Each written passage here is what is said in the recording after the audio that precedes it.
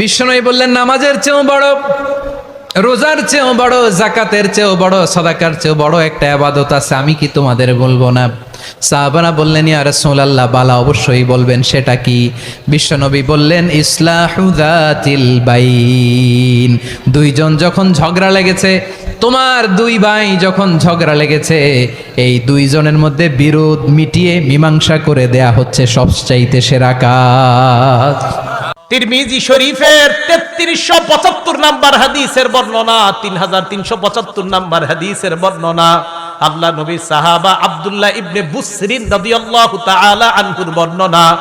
এক ব্যক্তি আল্লাহ নবীর কাছে আসলেন, আসার পর বললেন ইয়া রাসূলুল্লাহ, ইন্না শারাইআল ইসলাম কদ কাসুরাত আলাইয়া। হুজুর, ইসলামের এত বিধিবিধান আমি মনে রাখতে পারি না, আমার কাছে বেশি মনে হয়, তো কি করবো বলো?